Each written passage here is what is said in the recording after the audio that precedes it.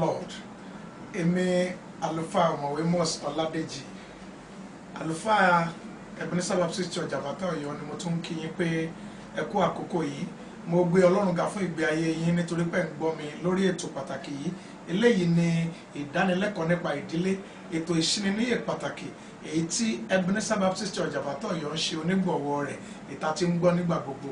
I want to thank God for every one of you that is listening to this particular teaching. May the Lord continually bless you in the name of Jesus. Ní ọ̀sẹ̀ tó lọ, ètò àgbọ́kàyìn a bẹ̀rẹ̀ sí ṣe àgbéyẹ̀wò àwọn ìlànà Ọlọ́run fún ìgbéyàwó. Bẹ́ẹ̀ bá dẹ̀ rántí, ẹ ó kíyèsí wípé èyí tá a ṣe ní ọ̀sẹ̀ tó kọjá, òun náà ni ìlànà yíya ìmọ́lẹ̀ kúrò lára òkùnkùn. What I'm saying is that the last episode has to do with the principle of separating light from the darkness. That has to do with family stability. Ṣùgbọ́n ní àkókò yìí, ohun tá a fẹ́ kẹ́kọ̀ọ́ nípa rẹ̀, òun náà ni the principle of observation and retrospection.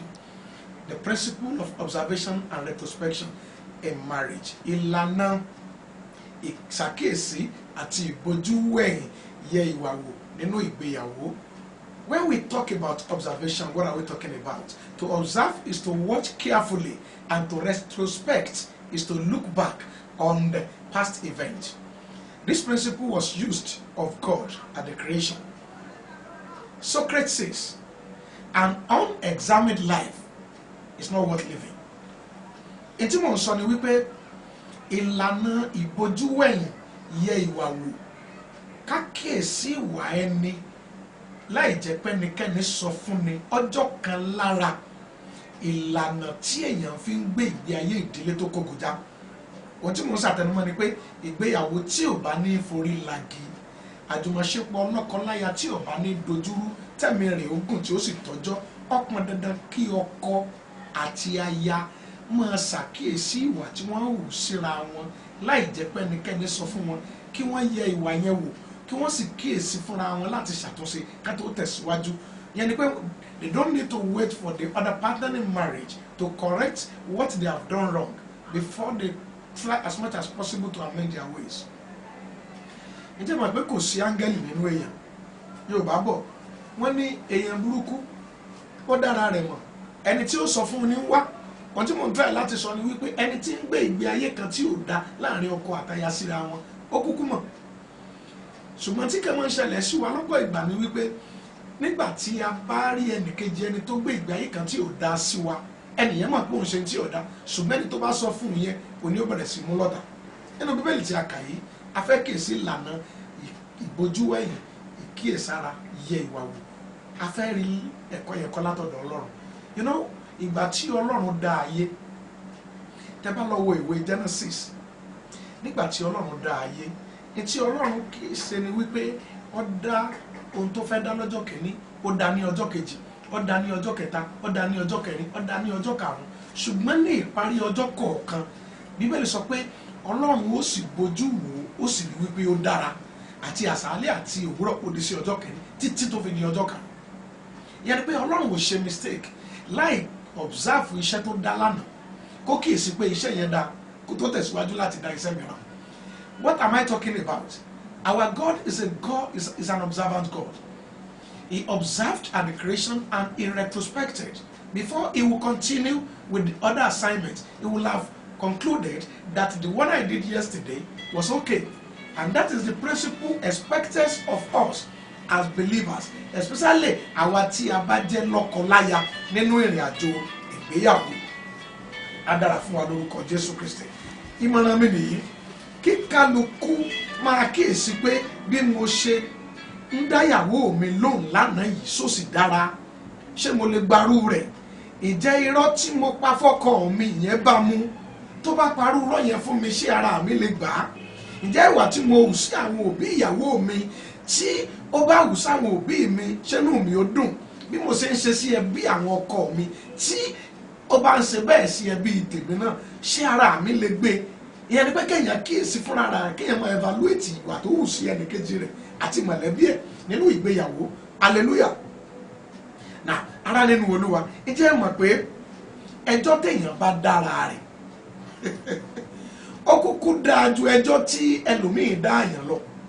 ohun tí mo kíyèsí ni wípé ọ̀pọ̀lọpọ̀ wa ni ló dàbí ẹni wípé tí a bá lè kíyèsí ìwà wa wípé bí mo ti ń ṣe yìí ò dáa tá a bá dára wa lẹ́jọ́ yẹn láì jẹ́ pé ọkọ tàbáyà wa sọ fún wa honestly speaking àjùmọ̀ṣepọ̀ wa gẹ́gẹ́ bí lọ́kọláya ọmọ àmọ́yẹ lórí yóò sì kó gòjá ṣùgbọ́n tá a kíyèsí lónìí ni wípé a máa ń dúró dẹni kejì wa nínú ìgbéyàwó until your partner in marriage tells you that what you have done is very wrong because you can correct it and sometimes you may not even want to correct it. You may be thinking that he's not supposed to tell you that you have done wrong, which is very bad in relationship. Nítorí náà tí mò ń sọ ni wípé gbogbo àwa tá à ń gbọ́ mi ẹ gbìyànjú gẹ́gẹ́ bí ọkọ àti ìyàwó láti ní lọ́kàn wípé ó yẹ ká máa ṣàkíyèsí ìwà ká máa ṣìyẹ ìwà ara wa wò kó tó di wípé a hùwà mí ṣe mọ̀ pé kì í ṣe pé ọdọọdún la gbọ́dọ̀ mọ̀ sí yẹn kì í ṣe oṣooṣù la gbọ́dọ̀ mọ̀ kíyèsí wà ká máa yẹ ìwà wò kì í ṣe ọ̀sẹ̀ọ̀sẹ̀ ṣùgbọ́n bí ilé ọjọ́ kan bá ti sú kó tó di wípé a gbìyànjú láti mú ọjọ́ kejì ẹ jẹ́ kí ọkọ àti aya kó jókòó kó reflect sober reflection. Did I do well to my partner in marriage today? Did I respond very well to him or her? Ìgbà tó béèrè nǹkan lọ́wọ́ mi jẹ́ mo dá lóhùn dáadáa. Ǹjẹ́ gbogbo àwọn nǹkan tí mo ṣe lónìí àtọ̀nà tí mo gbà relate pẹ̀lú ọkọ tàbí aya mi tóun ló bá relate bá pẹ̀lú mi lónìí, will I be okay with him or her? Will I appreciate him or her? Ìlànà tọ́lọ́run lò nínú ìgbéyàwó nìyẹn tó nígbà tó bẹ̀rẹ̀ ìrìn àjò ìdínú tó fi dàbẹ̀ ni wípé a gbọ́dọ̀ kẹ́kọ̀ọ́ lára Ọlọ́run. Ọlọ́run ó tẹ̀síwájú láti ṣe àwọn iṣẹ́ àṣeléra wọn láì jẹ́ pé ó kíyèsí pé tí mo ti ṣe sẹ́yìn ó dára ó sì dùn wò. Èyí náà làwa náà gbọ́dọ̀ mọ kíyèsí nínú ìwà tó yẹ ká fi bára wa gbé gẹ́gẹ́ bí ọkọ àti aya nínú ìrìn àjò ìgbéyàwó. Ẹ jẹ́ kí n bẹ̀rẹ̀ lọ́wọ́ gbẹ̀yìn tó ń gbọ́ mi wípé ǹjẹ́ ń lo ìlànà yẹn nínú ìdílé yín pé ẹ máa dúró dọkọ tàbí ìyàwó yín láti sọ wípé dáàdi ẹ ṣe dáa mọ́mì ẹ ṣe dáadáa kó tó di pé ẹ kíyèsí ìwà tẹ ò sí ara yín tẹ sì kọ̀rẹ́tì ẹ̀ fúnra yín láì jẹ́ pé ẹnikẹ́ni ó confront yín nípa rẹ̀.